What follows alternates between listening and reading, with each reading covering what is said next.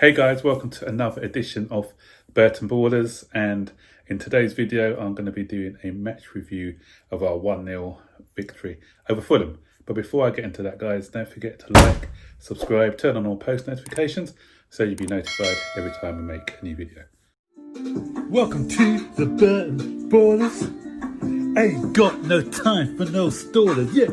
We are the risers, we're not the fallers. Our channel is growing wider and taller. Yeah, we're here to give you the news about your dear beloved Blues, yeah. So if you like this YouTube channel, like, subscribe and turn on that bell. Yeah.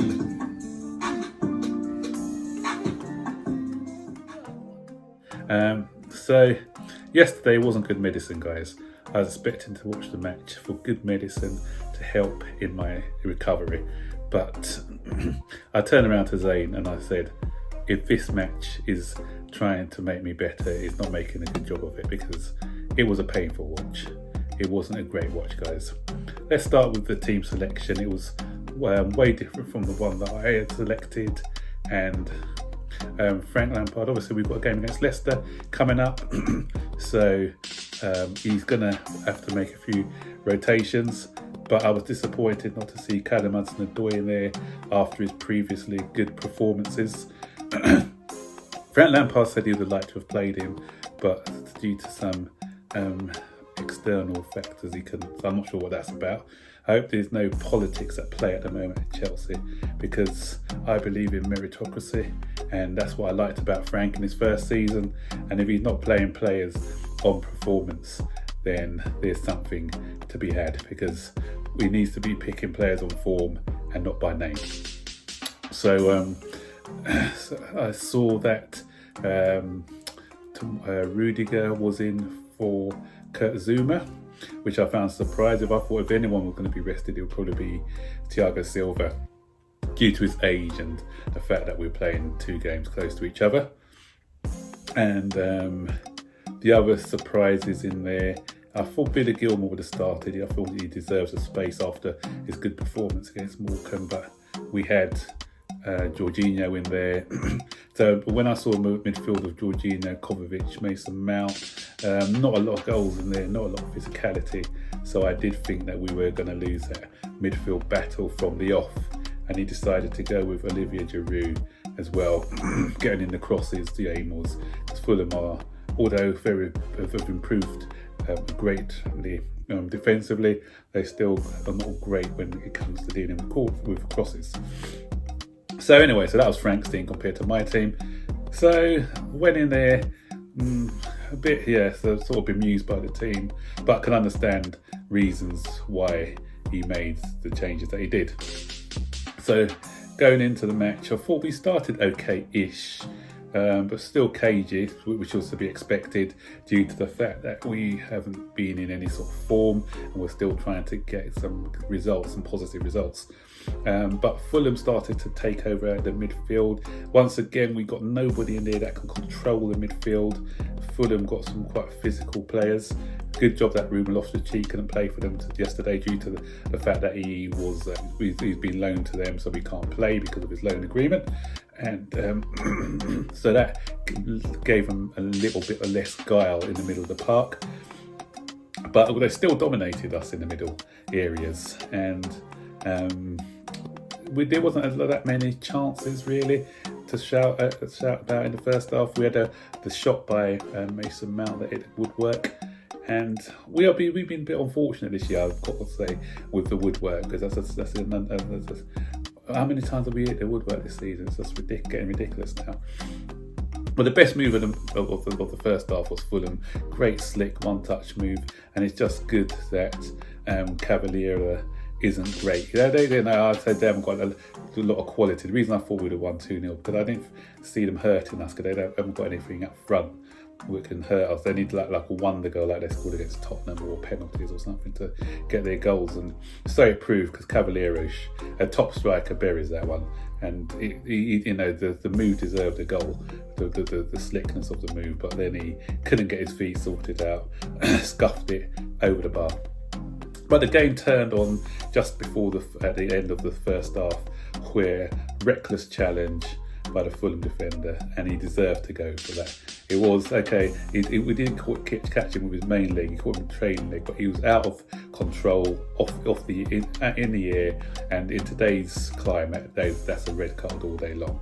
So that gave us a man advantage. But even in the second half, with a man advantage, Fulham were brave and they were pressing us, and we couldn't even beat the press when we had a spare man, which is worrying. And they turned the ball over a couple of times. I'd have thought Frank, what disappointed me about Frank in that second half as well, down to 10 men, he needs to be braver. He needs to go forward, take off that midfielder, a defensive midfielder. We don't need a defensive midfielder. Bring on an attacking player straight away and take the game to Fulham. But no, he didn't do anything until 65 minutes, the 65-minute mark, and we'll go on to talk about that later on.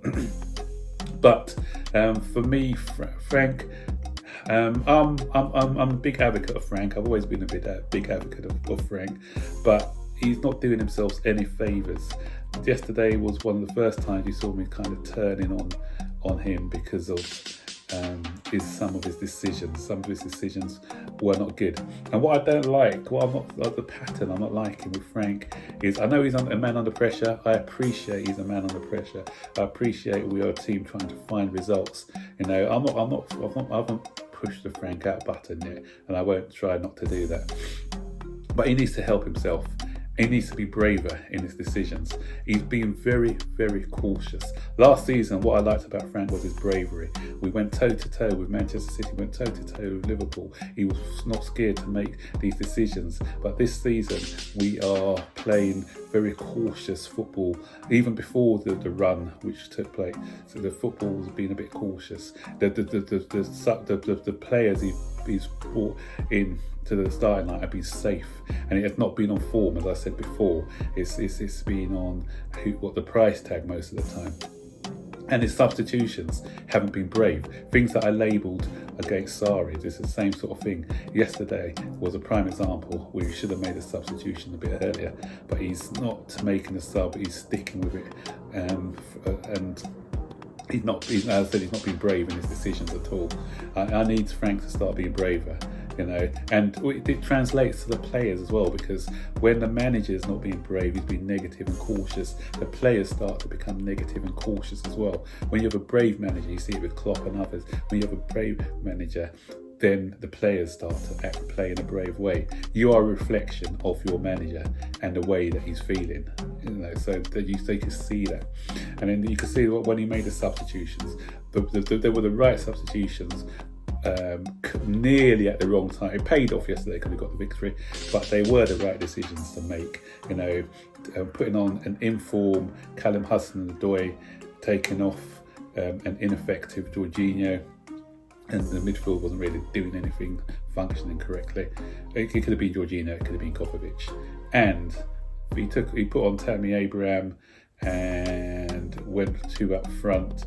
So those 2 substitutions kind of changed the game, but we still weren't really doing a great deal. But and so when Callum came on for Ziyech, all of a sudden things started to change. He started to square up with his defender one-on-one. His passing's insane. A lot of people going on about Ziyech's in passing, but that crossfield pass from left to right, under pressure, brilliant. And he's there trying to get crosses in, or trying to pass the ball in field, trying to do something, make something happen. And it was his ball to Ben Chilwell what led to the goal. He got the ball, committed his defender, crossed it. Ben Chilwell had a cross. Areola could have done better in the way he pushed it out, but he pushed it into the path of Mason Mount. Good goal, because it was a good, he still had quite a lot to do.